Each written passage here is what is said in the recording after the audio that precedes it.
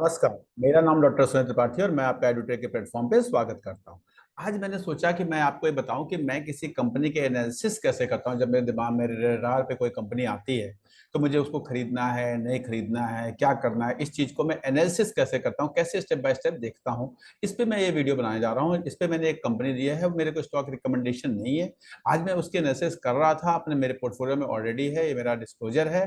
तो मैं देख रहा था, उसको समझ रहा था, तो मैंने सोचा इसी पे मैं एक वीडियो बनाऊं और अपने जितने भी मेरे साथ लोग जुड़े हुए हैं उनको बताऊं कि जब भी आपको शेयर खरीदना है तो आपको कंपनी के एनालिसिस कैसे करें। सबसे पहले मैं उस कंपनी की वेबसाइट पे जाता हूं और कंपनी के बारे में देखने की कोशिश करता हूं, उसके अबाउट को पढ़ता हूं, कंपनी क्या है, क्या बनाती है, क्या करती है, कितनी पुरानी है।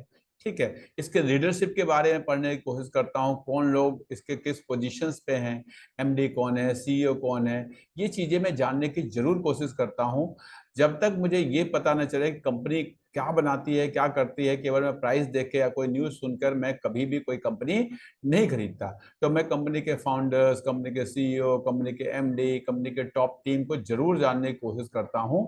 उसके बाद दूसरा, मैं इसमें कंपनी के जो कंपनी के अबाउट है, कंपनी क्या करती है, कैसे काम करती है, इन्वेस्टर्स कौन कौन से। देखिए, अब अगर मैं जाता हूं तो मुझे देख के समझ में आता है कि हाँ जी, कंपनी का कहीं एग्जिस्टेंस भी है कि नहीं है। पता चला कि हमने कोई टिप मिला और हमने कंपनी खरीद लिया। ठीक है। देखिए, इन्होंने एक वीडियो डाल रखी है, अवंती फीड लिमिटेड, उन्होंने बता रखा है किस तरह की कंपनी है, कहाँ कहाँ इनके फैसिलिटीज हैं। ठीक है, कब ये स्टेब्लिश हुई थी। ठीक है, प्रोसेसिंग यूनिट इन्होंने कब लगाया था, इनका आईपीओ कब आया था। तो बहुत सारी चीजें हैं कि इन्होंने इसमें बता रखा है, जो जानने की है, समझने की है। अगर आप देखिए, इस कंपनी को आप समझने की कोशिश करें तो कंपनी ने अपने बारे में 2002 में क्या हुआ, 2003 में क्या हुआ, 2004 में क्या हुआ, ये सारी चीजें कंपनी के बारे में इस वेबसाइट पे आपको पता चल जाती है। तो मैं भी इन्हीं इसी के माध्यम से कंपनी के बारे में जानने की पक्का कोशिश करता हूँ। तो पहला काम मैं हमेशा किसी भी कंपनी को जब समझना है तो ये उसकी वेबसाइट पे ये चीज है। उसके बाद मैं जाता हूँ कंपनी के स्क्रीनर, एक वेबसाइट होती है screener.in, इस पे मैं जाता हूं और यहाँ पे मैं कंपनी के बारे में दोबारा, क्योंकि कंपनी ने वहां पे जो कुछ लिखा है वो कंपनी ने खुद लिखा है। जब खुद लिखा है तो कोई भी कंपनी अपने बारे में अच्छा लिखती है, नो डाउट। तो उसको थोड़ा सा वेरीफाई करने के लिए मैं अबाउट, कंपनी के अबाउट के बारे में, अगर आप ध्यान से, Avanti feed is a leading provider of high quality shrimp feed, best technical support to the farmers and cater to the quality of standards global shrimp customers. तो ये मुझे यहाँ से समझ में आता है। उसके बाद की पॉइंट्स में ये कितने परसेंट प्रोडक्ट है, कौन कौन से कंट्री में डील करते हैं, इनके रेवेन्यू कहाँ कहाँ से आते हैं, ये सारा डिटेल मुझे यहाँ से मिल जाता है। और तो मुझे थोड़ा सा और मेरे को कॉन्फिडेंस आता है कि हाँ, कंपनी कितने कंट्रीज में ट्रेवल कर रही है, कितना रेवेन्यू है, क्या इनका आगे का फ्यूचर प्रोजेक्ट्स है, क्या है एक्विजिशंस है एंड ऑल दोस थिंग। उसके बाद जब ये समझ में आता है कि हाँ, कंपनी का जो वर्किंग है, जो बिजनेस है, वो समझ में आ रहा है थोड़ा सा, तब मैं कंपनी के फाइनेंशियल्स पे जाता हूँ। फाइनेंशियल्स पे सबसे पहले मैं देखता हूँ मार्केट कैप, कंपनी कितनी बड़ी है। उसके बाद आरओसी कितना है, आरओई कितना है। आरओसी, आरओई, इन सबके ऊपर मैं अपने चैनल पे वीडियो बना चुका हूँ। आप लोग पुराने वीडियोस को देखेंगे तो आपको समझ में आएगा इसका क्या इंपॉर्टेंस है। पी देखता हूं मैं कंपनी की, क्या कोई शेयर प्रेस तो नहीं है, प्रमोटर्स के पास कितनी होल्डिंग है, इसका डिविडेंड यील्ड क्या है, डिविडेंड पे आउट क्या है। ये चीजें बेसिक इंफॉर्मेशन, पिछले 10 सालों में इसने कितना का रिटर्न दिया है, ये चीजें मैं जरूर देखने की कोशिश करता हूं। कहां से? स्क्रीनर की वेबसाइट से। तो ये बेसिक इंफॉर्मेशन मुझे यहां से मिल जाती है। जब ये देखता हूं, उसके बाद एक चीज और देखता हूं कि इसके प्राइस का ट्रेंड कैसा जा रहा है। देखिए, इस चार्ट को अगर आप ध्यान से देखें तो इससे मुझे थोड़ा सा आइडिया लगता है कि प्राइस इसका किस तरह से ग्रोथ हुआ है, क्या कंपनी में करेक्शन हुआ है, ये बहुत टॉप पे तो नहीं है। फिर मैं इसके पी को, एवरेज पी को से देखता हूं कि ये एवरेज पी से कम पे मिल रही है, ज्यादा। जैसे अगर आप देखें, इसका एवरेज पी कुछ 15-16 के आसपास है और इस समय 27 पे मिल रही है, तो थोड़ा सा ज्यादा है। उसी तरह मैं बुक वैल्यू के साथ भी कंपेयर करता हूं कि प्राइस टू बुक वैल्यू क्या है। एवरेज एवरेज अगर मैं देखता हूं तो average price to book value जितनी होती है उसी के आसपास ये मुझे मिल रही है। ठीक है।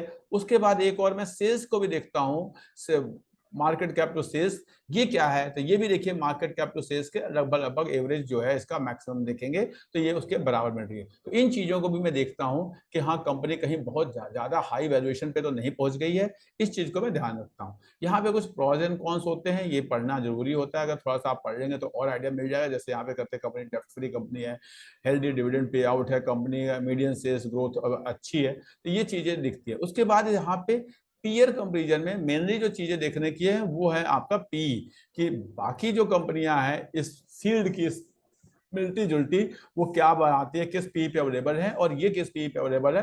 तो 30 तक के पी में ठीक ठाक कंपनी मानी जाती है। आरओसी देख लेता हूँ, उसी book value to current market price कितने टाइम से मिल रहा है वो देख लेता हूँ। तो बाकी दिख रहा है मुझे कि गोदरेज एग्रोवेट जो बहुत रिप्यूटेड कंपनी है इस फील्ड की, वो 4 के book value to current market price से मिल रही है, लेकिन ये 3 के मिल रही है, 3.42। तो इससे भी मुझे कुछ चीजें समझ के आती है।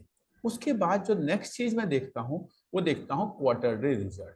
क्वार्टरली रिजल्ट में इसकी सेल्स जो है, सेल्स अगर हाईएस्ट एवर है, दूसरा ऑपरेटिंग प्रॉफिट, जैसे ये हाईएस्ट एवर नहीं, सेल्स देखिए अगर आप ध्यान से देखिए, इससे पहले कभी भी कंपनी ने हमारा 1569 करोड़ के सेल्स नहीं किए किसी क्वार्टर में।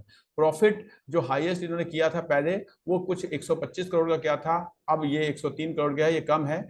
उसी तरह नेट प्रॉफिट को मैं देखता हूं, नेट प्रॉफिट अगर ये हाईएस्ट एवर है तो generally company highest ever price पे जाने का कोशिश करती है, जनरली ये एक्सपीरियंस है। दूसरा फिर मैं इनके एनुअल प्रॉफिट एंड लॉस में आके इसका ग्रोथ देखता हूं कि पिछले 10 सालों में सेल्स की ग्रोथ कैसी हुई है। देखिए यहाँ पे 200 करोड़ की ग्रोथ थी, जो 383, 626, 1000, 1700, 1900, 2600, 4000, 5000 ये बढ़ती जा रही है।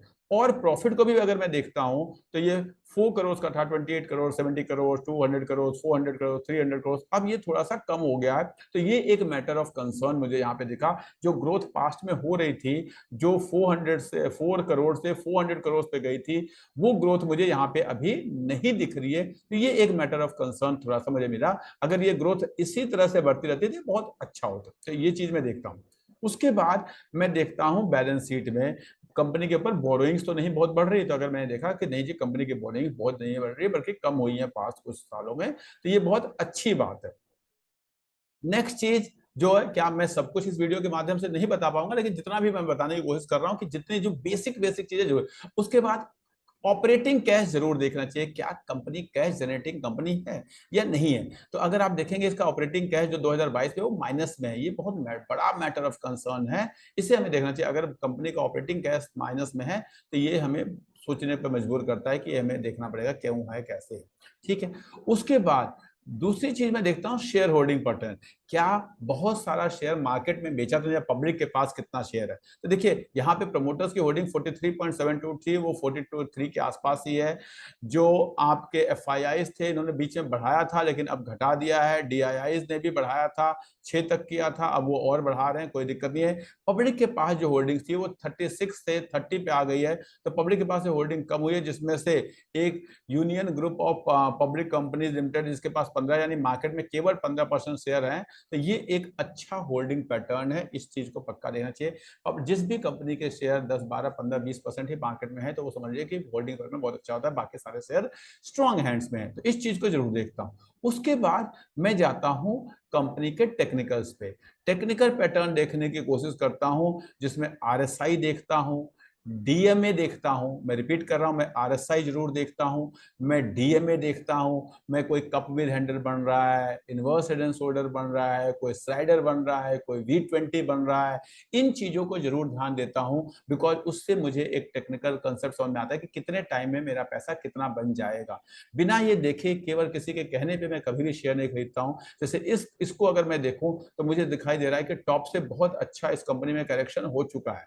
नो डाउट वो करेक्शन क्यों हुआ है, वो करेक्शन इसीलिए हुआ है क्योंकि इसका इस इधर 1 साल 1.5 साल से रिजल्ट बहुत अच्छा नहीं आया है।